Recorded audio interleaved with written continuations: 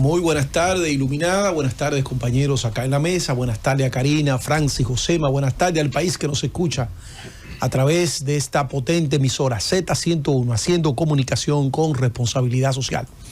En el día de hoy nosotros nos vamos a dirigir a nuestros amables oyentes para tratar de describir lo que pasó el sábado en la noche dominicana o en la tarde-noche dominicana en el Medio Oriente, con el ataque a través de drones con ojivas probablemente nucleares que se lanzaron desde Irán hacia el Estado de Israel, constituyendo esto un hecho que realmente alarmó a toda la comunidad internacional y sigue alarmando porque entre estos países siempre se dio una guerra de sombra.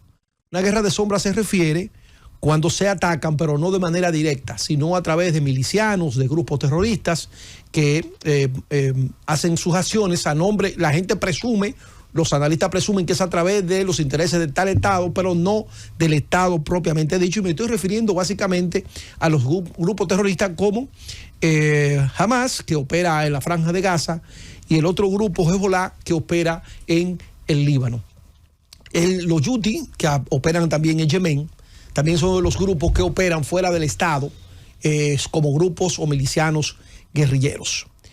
El Medio Oriente tiene una naturaleza y tiene una característica donde se emplea también la geopolítica. ¿Qué queremos decir con esto? Que allí también existen intereses. Los intereses no solamente se dan en Europa, se dan en América Latina, me refiero a los intereses geopolíticos en la Euroasia, China, Rusia, India, sino que en el Medio Oriente también hay situaciones. Y encontramos entonces dos países que tienen una especie de hegemonía dentro de la región. Nos estamos refiriendo al Irán persa y nos estamos refiriendo a la Arabia Saudita. Son dos países que producen petróleo, pero aunque ambos países son musulmanes, pero ambos tienen una etnia totalmente diferente. Los iraníes son chiitas y los árabes son sunitas. Fíjense qué diferencia. Cualquiera pudiese pensar que es lo mismo, sin embargo no lo es. ¿Qué pasa? Que antes de la llegada de los ayatolás Jomeini a Irán, a tener el control de Irán, Irán y Israel tenían buenas relaciones porque la dinastía de los Pahlaví y el Shah, que fue el último emperador o vamos a decir monarca en ese país antes de la revolución de los ayatolás Jomeini, tenían buenas relaciones, pero después de ese hecho comenzaron a distanciarse. Pero hubo un momento donde los iraníes y los israelitas tenían buenas relaciones y fue cuando para los israelitas Saddam Hussein en Irak era una verdadera amenaza y esto entonces colaboraron con la famosa estrategia norteamericana de Irán Contra, que era el de pasarle armas a los iraníes para que enfrentara a Saddam Hussein, que era una dictadura y una dictadura de un país compuestamente por la etnia suní, perdón.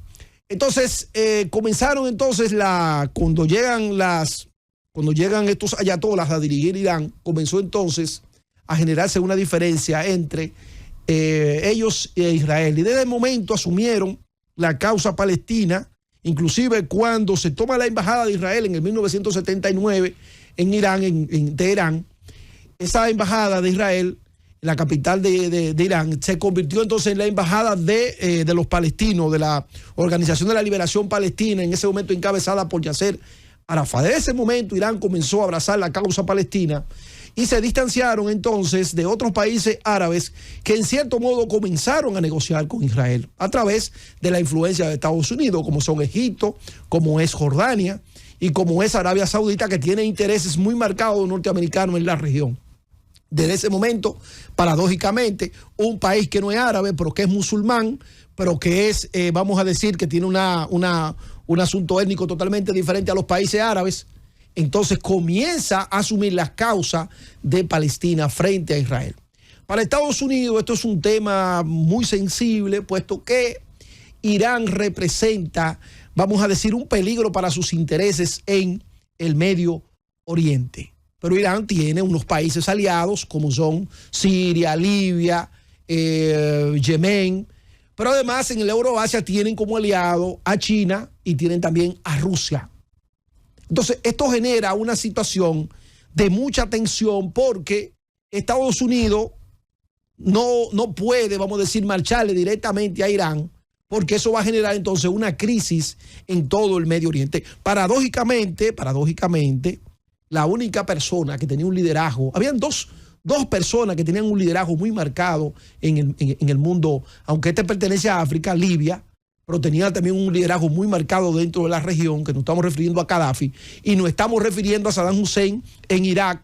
Era la única persona que tenía el control y mantenía, vamos a decir, cierta hegemonía y cierto respeto dentro del área. Estados Unidos comenzó entonces a debilitar esos liderazgos, que aunque eran liderazgos basados en dictadura y demás, pero tenían algún nivel de control dentro de esos países. Cuando esos liderazgos comenzaron a caer, entonces la región comenzó a convertirse frágil y comenzaron a surgir grupos terroristas que nadie podía controlar.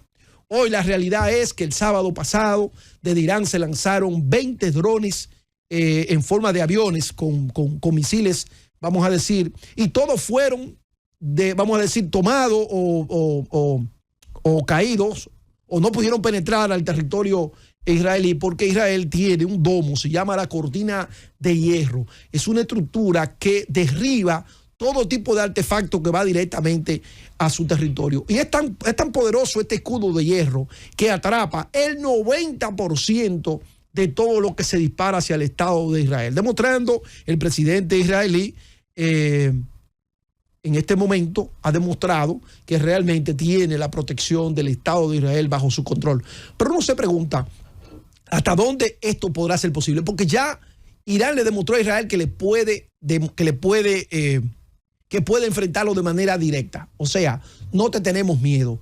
¿Hasta dónde Estados Unidos va a seguir, vamos a decir, impidiendo o reteniendo para que Israel tenga un ataque directamente con Irán y que esto desemboque de manera inmediata una tercera guerra mundial? Y decimos sin tener que caer en extremismo, una tercera guerra mundial, porque los países que allí interactúan dentro de esa región son tan importantes en términos de lo que se llama el petróleo. Todos esos países del área del Golfo Pérsico y de todo el área de la Arabia Saudita son países ricos en petróleos. Y el petróleo, como bien sabemos, es un mineral que influye mucho en la economía mundial.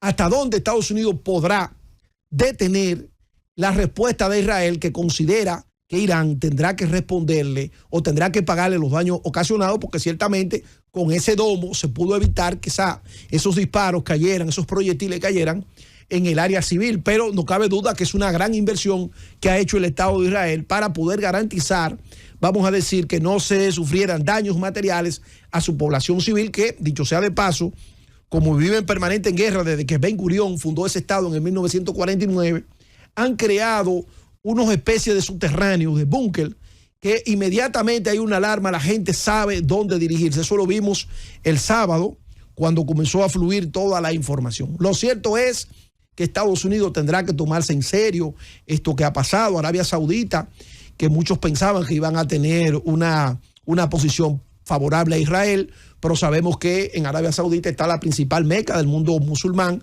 del mundo árabe, que es la Medina. Y sabemos que aunque la aristocracia de Arabia Saudita puede tener vínculo con Estados Unidos y puede tener simpatía con el gobierno de Israel, el pueblo es árabe y el pueblo bajo ninguna circunstancia iba a apoyar que se identificaran con un país que en cierto modo ha demostrado una desproporción en términos de armas con lo que pasó en la Franja de Gaza. Mientras tanto, allí hay una situación que tiene al mundo en una situación de nerviosismo, porque indiscutiblemente cuando estamos hablando de estados que tienen la capacidad de armas nucleares, porque aunque todavía no está confirmada por la Agencia de Energía Atómica, nadie descarta que Irán tenga arma nuclear, porque en las investigaciones que se han hecho, el enriquecimiento del uranio que ellos están haciendo no simplemente se queda para el uso pacífico de energía atómica, sino que puede derivar o puede determinar que el enriquecimiento de ese uranio podría terminar en un tema de energía nuclear. Todo esto empezó porque Israel lanzó un cohete a Siria y en ese cohete destruyó la embajada de Irán en dicho país. Murieron unos guerrilleros, de Israel en la embajada de Siria, y murieron unos generales muy importantes del ejército revolucionario iraní. Y entonces todo esto le dio a Irán vamos a decir, la justificación en legítima defensa del derecho internacional de poder repeler estos ataques al cual fue hecho a su territorio, porque las embajadas son territorio del país donde se está acreditando. De manera que El mundo tiene que estar alerta de todo esto. Pensamos que es un momento para poner los intereses del mundo encima de la mesa y buscar la solución a lo que ha generado todo este tipo de situación, que es la creación de 2 estados en la Palestina. 2 estados que puedan convivir de manera pacífica, el Estado de Israel, que ya está instalado, y que pueda existir una convivencia pacífica con los palestinos. Quizás esto podría ser una utopía, pero si los gobiernos que tienen vamos a decir, el poder de poder resolver la situación de la crisis árabe, los países árabes, Estados Unidos, Inglaterra y todos los países, todas las potencias que tienen interés en la región, probablemente se pueda lograr allí un acuerdo para beneficio de la paz mundial, porque aquí estamos hablando de países que tienen la capacidad de destruir el planeta con un solo cohete.